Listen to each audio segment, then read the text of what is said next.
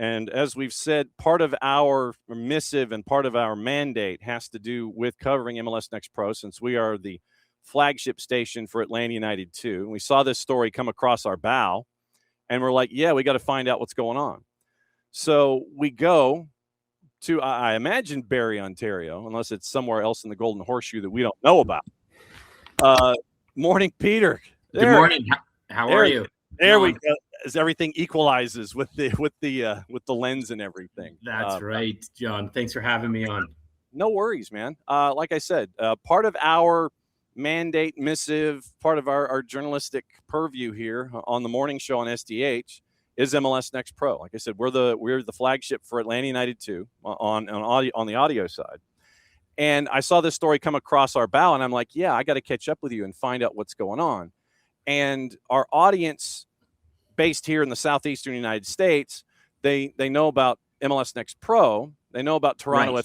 FC2 and the Young Reds and York University and all of that. But they may not necessarily know about, and we believe in hydration breaks too. That is always important.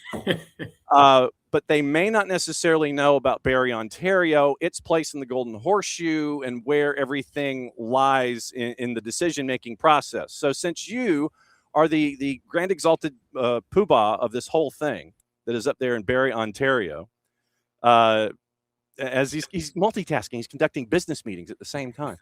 So as grand exalted poobah of everything when it comes to Barrie MLS Next Pro, I wanted to catch up with you to get get all of the background on all of this. Absolutely. And find out what's going on. So what is going on? Yeah, extremely exciting. Last week, I think we hosted the largest MLS Next Pro team launch announcement in league history here in Barrie at Meridian Place Stage, downtown Barrie. We had roughly 1,000 folks out, and we announced, I think, which might be a kind of a first of its kind or close to it, a partnership with Maple Leaf Sports and Entertainment in Toronto FC, where they're relocating Toronto FC 2 to Barrie.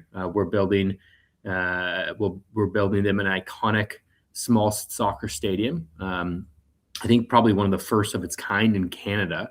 It's going to be about 4,000 permanent seats, expandable probably by an additional 2,000 to 3,000. Roof, fully covered roof, 16 luxury suites, club lounge, rooftop terrace, field side seats on the east side. So really put a lot of effort into the design of the stadium. So we announced a team, as I kind of detailed out in the press release. Toronto FC will retain the sporting side of the business.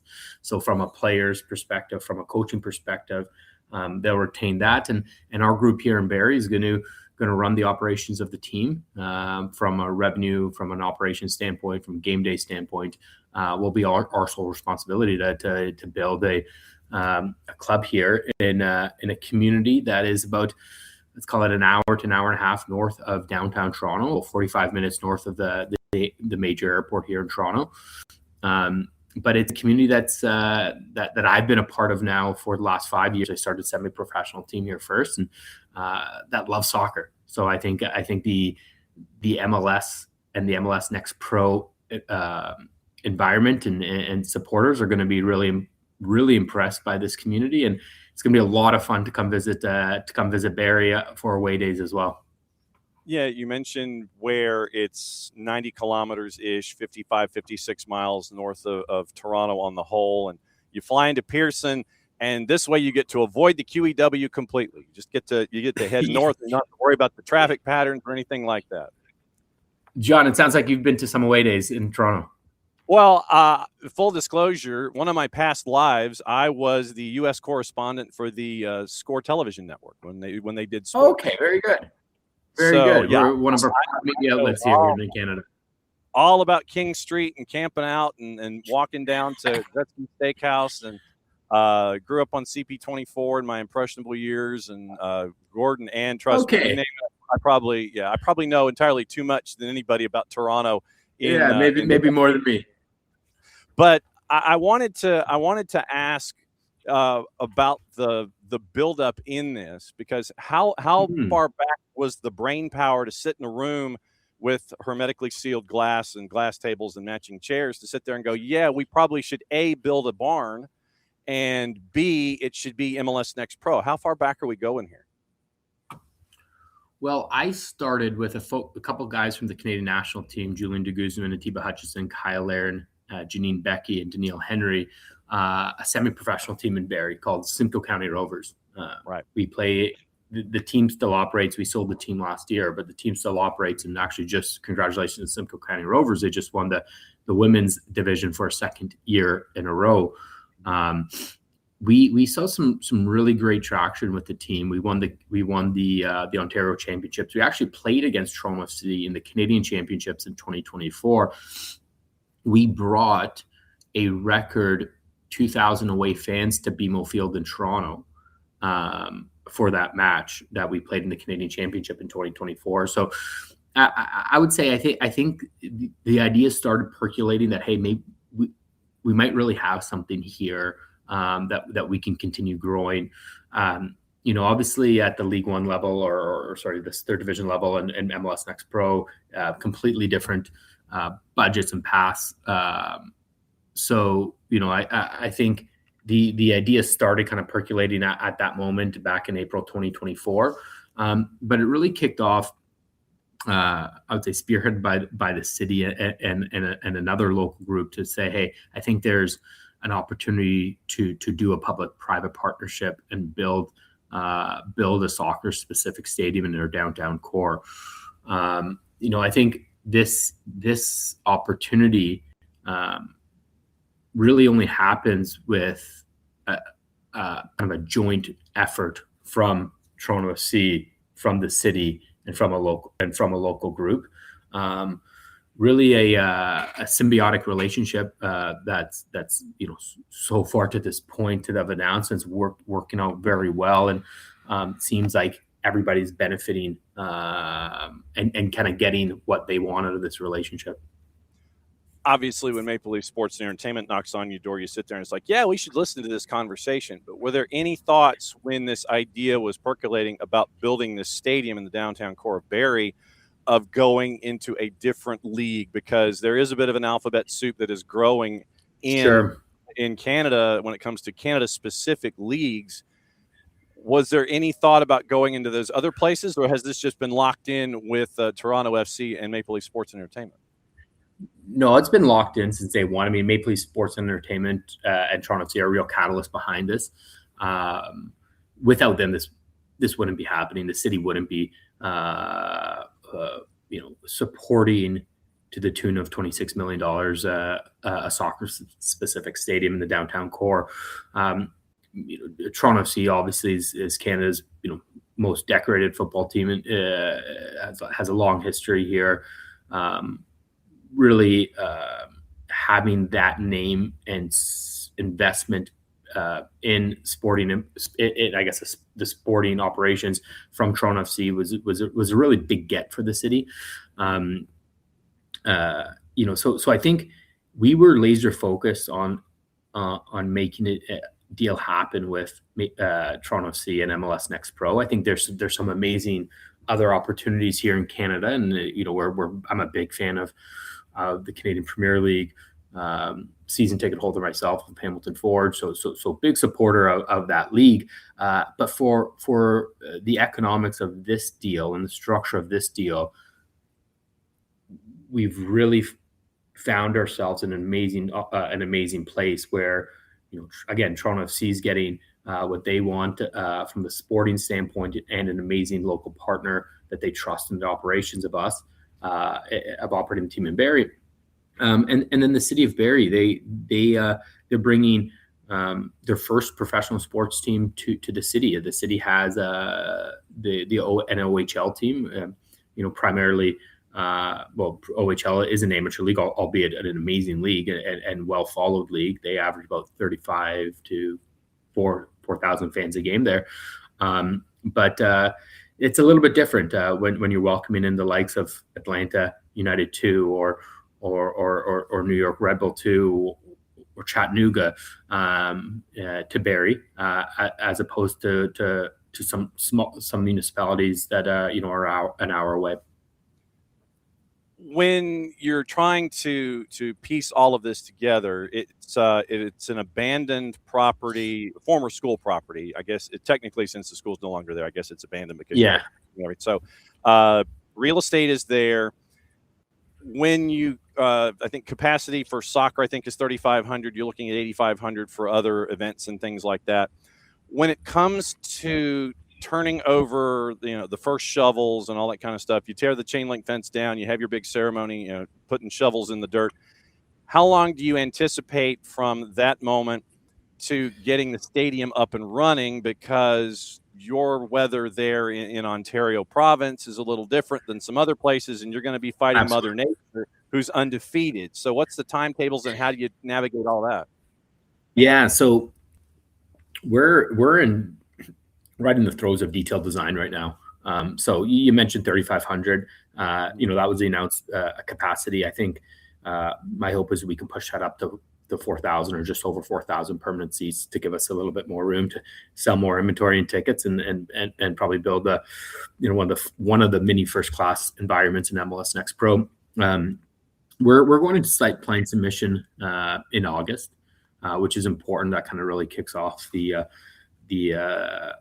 call it official development process with the city. We're hoping to push some dirt and do some initial earthworks this year, and then have 2027 to really get the bulk of the building done.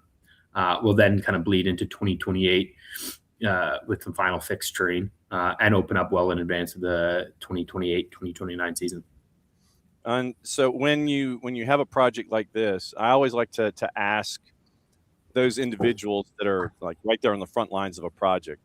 I know that there is a to-do list. You had the announcement last week. You had everybody with the scarves and the sound bites and folks that were there to see what was going on. That I can't wait to see the blended Barrie Colts, Barrie MLS NEXT Pro scarves. That's what I'm looking for. Yeah, very good. Well, John, I'll get your address after this, and you'll be the first one to get one. Sweet. It's going to hang here in the office, and then the boss will probably steal it. When it comes to the to-do list, and I know that there it is. Yep, there we go. Right there. When it comes to doing something like this, I guess this is a two-part question. Have you Sure. always thought of yourself as a builder? Starting something from a brand new idea. Have you always been wired this way? And I know that there is a to-do list so you can get to the idea of turning dirt and getting everything going. Where is that to-do list? Is it on a Google Doc? Is it on one of those big 6-foot by 8-foot dry erase boards that's got a bunch of different colors for, if green means revenue? Where is that to-do list, and what's the next thing you think? Well, it's really it's really twofold here, John, because we are not only running the operation of the MLS NEXT Pro team, but we're also leading the development of the stadium. So our group, it's kind of bifurcated into two: Barrie Stadium Group as well as Barrie MLS NEXT Pro. So the reality is we're launching a professional soccer team in a year and a half. On one to-do list. On the second to-do list, we're building a stadium. So I think the to-do lists live in multiple locations. We have a great team of on our ownership group that has a lot of history and development, which is helpful.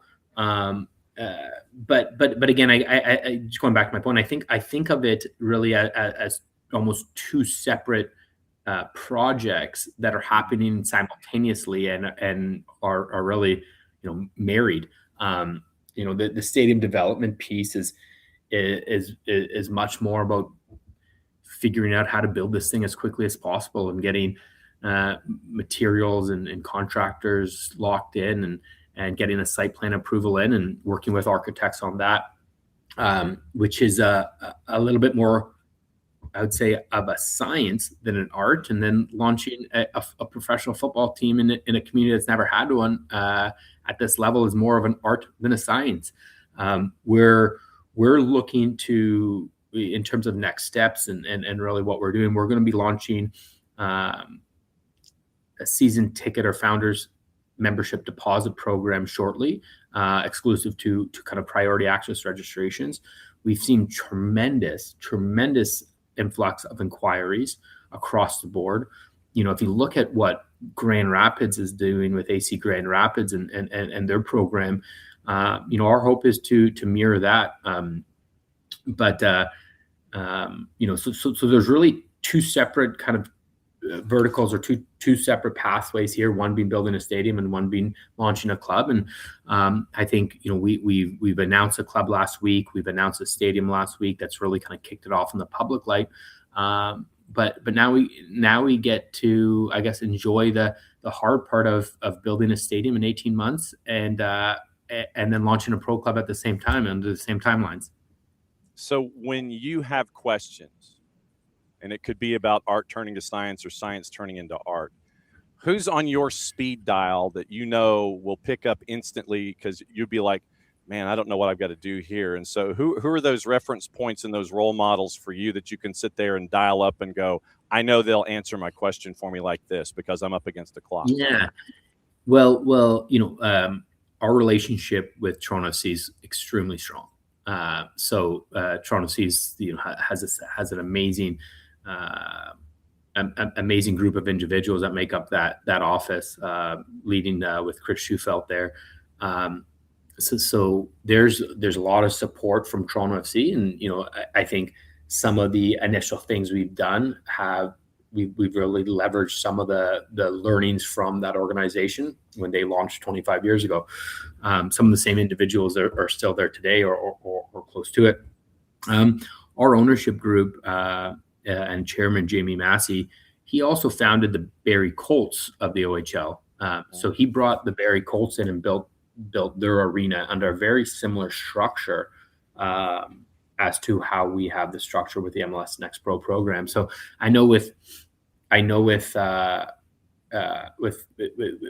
MLS and NEXT Pro, and hometown, like this could be a relatively new structure, but Jamie actually had this public-private partnership building a stadium 30 years ago and brought in an OHL team here to Barrie. So he's been an amazing resource. We have Hillier Hansen, who was the president of Pratt Homes, as well, involved, Norwegian background, extremely involved in the soccer landscape. So we have a really good kind of a group of individuals from the development standpoint that's helping really push the stadium along, as well as from the from the commercial standpoint of running a soccer business and understanding that. But ultimately, I think we want to do things the right way through and through. When it comes to launching a team, I've had the benefit of doing this at the semi-pro level. I've also had the benefit of being a extremely interested soccer fan since I was about 9 years old. So, I've seen dozens of teams launch. We have ideas as to how we want to go about this. If you look at our launch event, we had Matthew Cinetti from TSN host it. Matthew, he just got off, the weekend before he was at the semifinals of the World Cup. The weekend after, he was at the finals of the World Cup. So, we gave away over 400 scarves. We have an amazing landing website in place. So we have really ideas as to how we want to launch this team. And I think more than how we want to launch this team is how are we building a community from day one? How are we making people feel included, but also feel like they have access to this team? So we're really hyper focused on figuring out how to make this a community club, where the folks sitting to the left and to the right of you are the same folks week in, week out, and you feel like this is really a club that you're a member of, you're a part of, versus a team that you buy a ticket and sit wherever type deal. And we will definitely be keeping an eye on all of it. I can't thank you enough for answering an email from a random U.S. soccer network that wants to catch up with you about what's going on. But to us, it's a story that needed to be told because of what's been going on with the sport here in North America, and it was natural for us to reach out. I can't thank you enough for hopping on.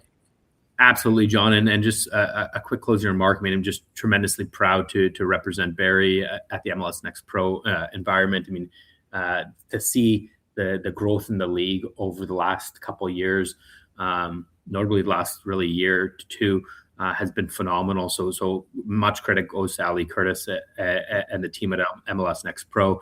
But I really see this as a trend that's going to continue. With future expansion still yet to be announced. I know there's some great things in the pipeline, but what we're seeing in Grand Rapids, what we're seeing in Connecticut, and so on and so forth, it's phenomenal to see. And thank you so much for having me on, John. Well, we're going to be knocking on your door as things continue to grow and progress, and we can't wait to see how things are going to roll on. Do you need a note to get into your business meeting for us keeping you until after 9:30? You okay? I'm all good, my man. Appreciate that. Okay. All right. We'll catch up with you soon, John, Peter. take care. Bye-bye. Very good. There's Peter Raco.